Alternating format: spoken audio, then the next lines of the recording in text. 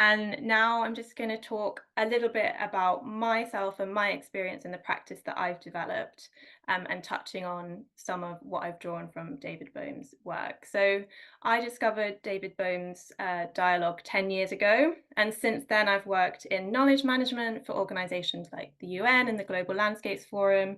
And I've been a facilitator across all sectors, but particularly with international development, so working for IUCN and the Nature Conservancy, but also within corporates and charities. But 10 years ago, when I discovered David Bohm, I was doing a master's and I was researching emotional sustainability as an agent for change. And so during that time, when I was looking at values and why do we have values? Where do they come from? Why have we got this values action gap? And I wanted to talk to people about their values. And when I tried to just have a conversation, I found that that wasn't really generating much anything meaningful between myself and those people. So at that time, I'd read On Dialogue by David Bohm. I drew out some principles and guidelines, and I used those to frame the very first workshop that I designed and facilitated, which was about values. And I got immediate feedback on how powerful and how resonant the guidelines were, the spirit of non-judgment that we were going to use to explore something meaningful together. And we were able to have a really deep and meaningful conversation and exchange about our values. So ever since then, I've been working with dialogue as much as I can, and also have done some dialogue trainings, but really developed my own unique approach to dialogue. So when David Bohm was working with dialogue, he would call it no agenda. So he would just say, we're going to bring people together, we're going to sit in circle in silence until the first person speaks, and then we'll follow the flow of meaning. And this sometimes took place over days. And of course, in dialogue, we don't have a specified outcome. And he was, of course, influenced by Indigenous ways of being and sitting in circle and some family therapy approaches. So for him, there was no need to set any kind of agenda of what people came together to talk about, because he was interested in how thought was happening in that process. So it is a process, and it's also a practice. And he didn't really leave any clear methodologies for dialogue. So since his death, there are people around the world that have been working with dialogue and developing their own approaches. And that's sometimes referred to as applied dialogue, or you might hear professional dialogue. So the way that I work with dialogue would be considered applied.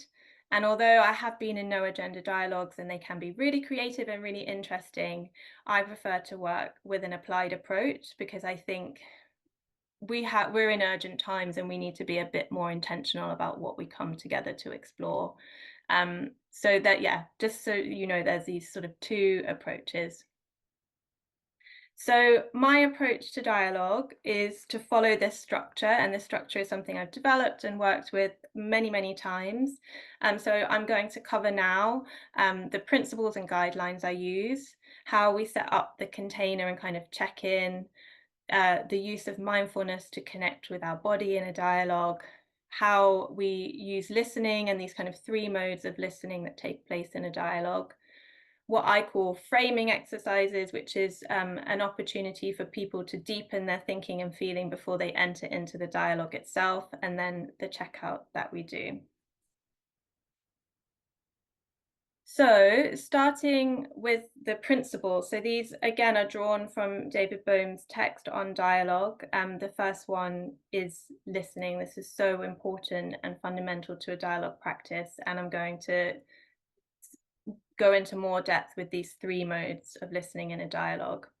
But what we do when we're listening, what we try to do is that with the intention of non-judgment. So what we try to do in a dialogue, although we will have judgments, it's natural to have judgments, they occur all the time, we become aware of them in order to suspend those judgments and be able to inquire into the underlying assumptions and beliefs and values. So this is where we're really trying to slow down and get to this root causes of some of our thinking. So that's really, really important, the ability to suspend judgment and inquire into it.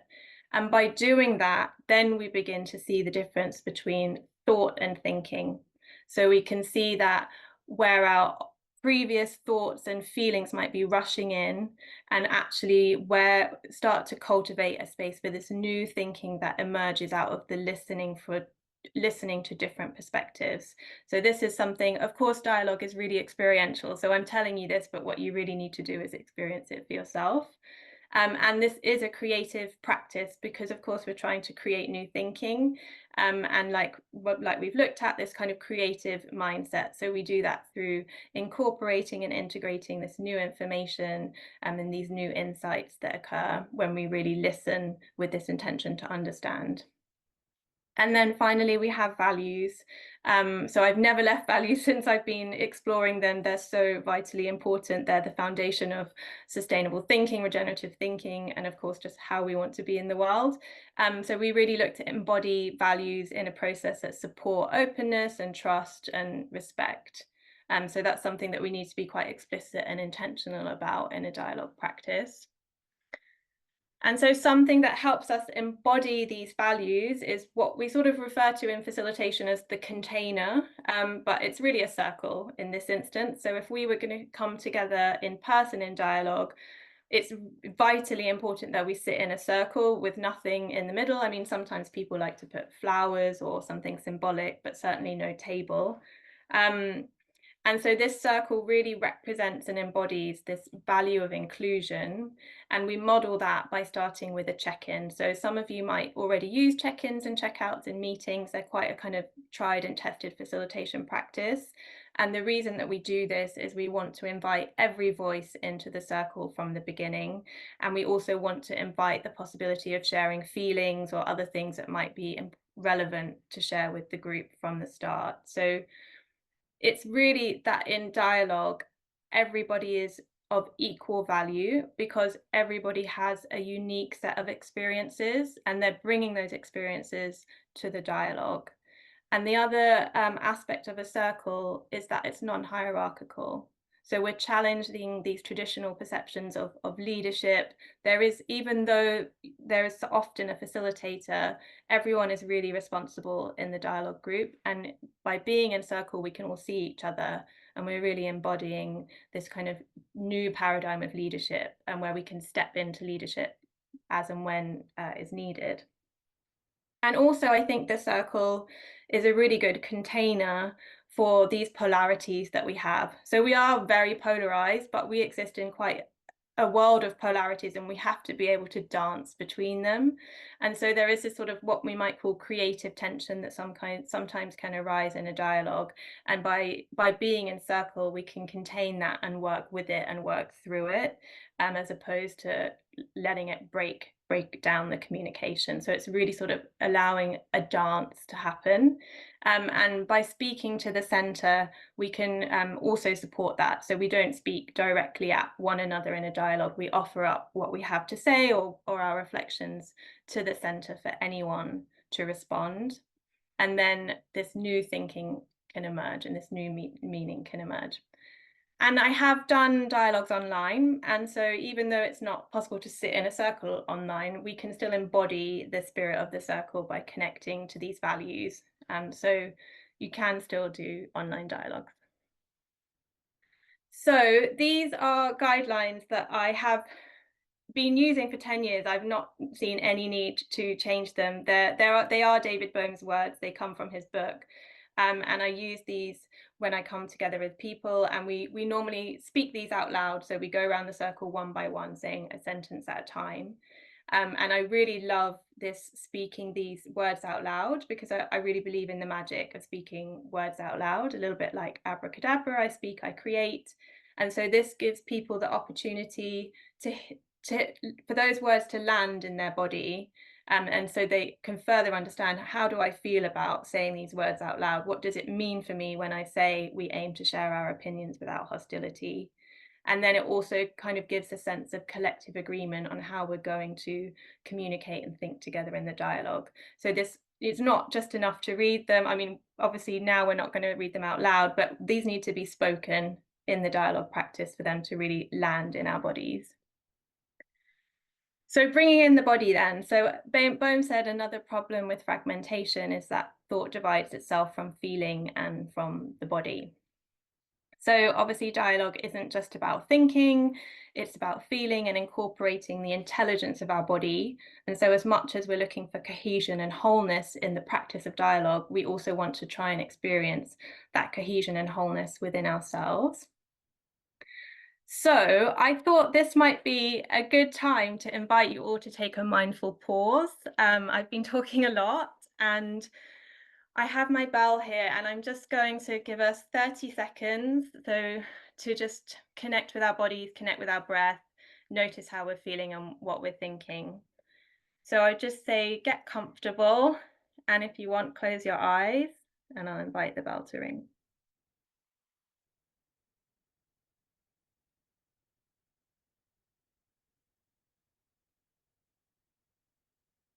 So I invite you to take a deep breath in through your nose, sending it all the way down to your belly, and just starting to bring your attention and your awareness to your body.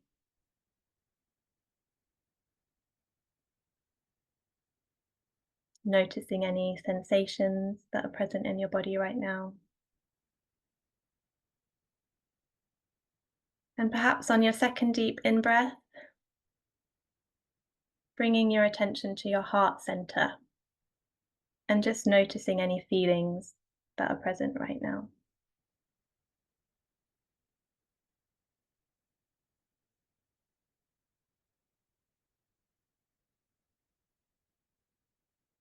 And in your final deep breath in, just bringing your attention to your mind and just noticing any thoughts that have come up for you and noticing them with the spirit of non-judgment.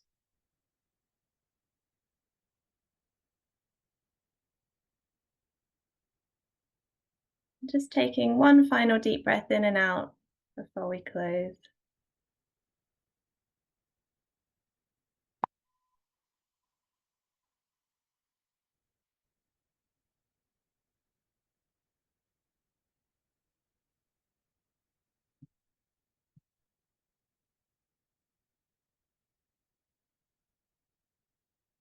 So just bringing your attention back to me, I'm afraid, and I just noticing if you feel different now in your body, and if you noticed any feelings, any thoughts, and just how just taking a moment to tune in can really change your state of being, and how you pay attention.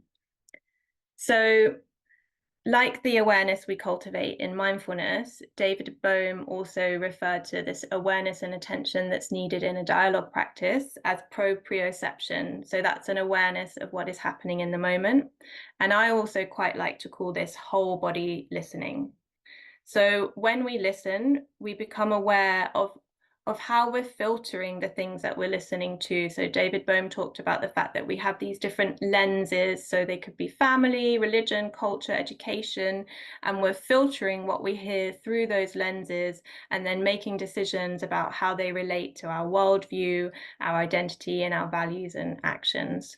So it's really important to become aware of those, which again is part of that suspending your judgment and inquiring into them.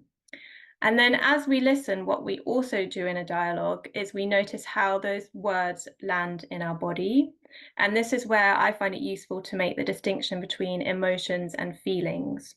So emotions can be seen as physiological responses in the body that are quite fleeting, and they're often public. So it's perhaps possible for us to see when someone is feeling an emotion of anger or sadness.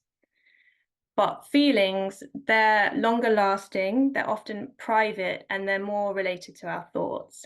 So in this proprioception, we notice as we're hearing things in the dialogue, how's that landing? What reaction is that causing in my body? Like, where do I feel it? Is it anger? Is it agitation? Is it excitement? So we can start to understand that, and then we can notice by slowing down if that's then bringing in these past thoughts and these past feelings. So this reflex that we were talking about at the beginning. And so this is where we see that we have thoughts versus new thinking. So just bringing this awareness to how this comes rushing in the moment, and then making that space, like I said, for the new thinking to occur.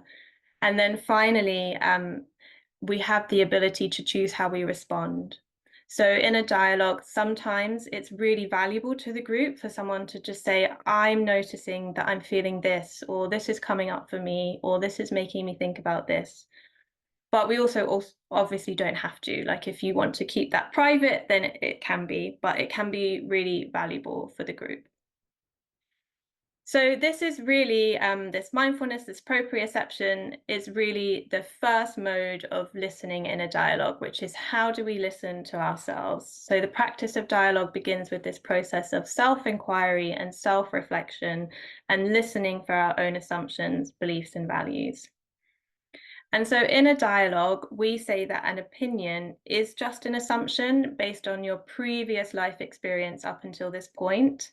So through our everyday experience, our opinions are subject to change as we take on new information and new perspectives, or we have new experiences. And I like to say that we should hold our opinions lightly and our values tightly, because by having a firm foundation of personal values, we can allow other aspects of ourselves to kind of flow more freely and be more dynamic.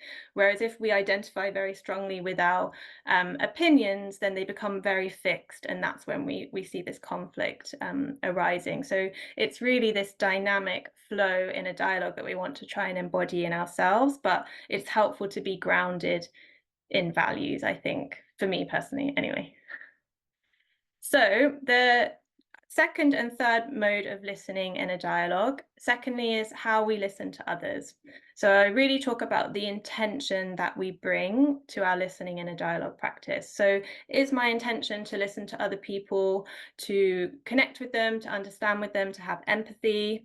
Or do I bring no intention, and am I just listening for that moment when I can respond and say what I want to say? Or do I have this unconscious filtering or judgment of blame and criticism? So I'm just, filtering everything through these sort of unconscious lenses and biases. So we think about the intention that we have to listen to other people. And then the third mode is how we listen to the group. So this is really believing in the intelligence and the potential of the group. And by listening to each other very deeply without judgment, allowing these different perspectives into our inner dialogue and mixing with those thoughts and feelings that we already have, we start to notice commonalities and differences. And that's when we develop this shared meaning that's really important for cohesion, and we allow this new thinking to emerge. So these three modes of listening, then listening to ourselves, listening to others, and listening to the group. And so we can do that all together in a dialogue practice because we're intentionally also slowing down. And that's a really important aspect of the dialogue, is that it's slower, because otherwise we wouldn't be able to manage all these three modes of listening. So obviously it's not just how we communicate and this intention that we bring to how we're communicating and listening, but also the things that we come together to communicate about. So when I work with dialogue, it's really important for me to frame the dialogue to create this sort of meaning and thinking around a particular focus. And so when I work with different groups or organizations, we agree on that together. But it is really important that we frame the topics from this kind of universal place of common humanity. So things that everybody is going to be able to have had an experience of. So connected to feelings and values and thoughts. So if it's too like theoretical or abstract, it's really hard for people to get into a dialogue. So I find framing with things that are more feeling based or values based, or even sometimes visually, really helps them kind of connect in a place of common humanity. And so my approach, this is sort of, I would say, quite unique to my approach, is using these framing exercises, but they're really simple. So they could be like word associations or picture prompts or listening in pairs, or small group discussions. But it's really about the questions that we bring, like, what does it mean? How does it feel to belong? Could be a question that we do in a listening exercise. So something that is really going to make people think and connect to their own experience. So it helps them kind of step out of their everyday routine of thinking, something a bit different and a bit creative. It provides a focus of inquiry, and it allows people to kind of deepen their thinking quicker so that they're already in that place of deeper thinking before they enter into the dialogue.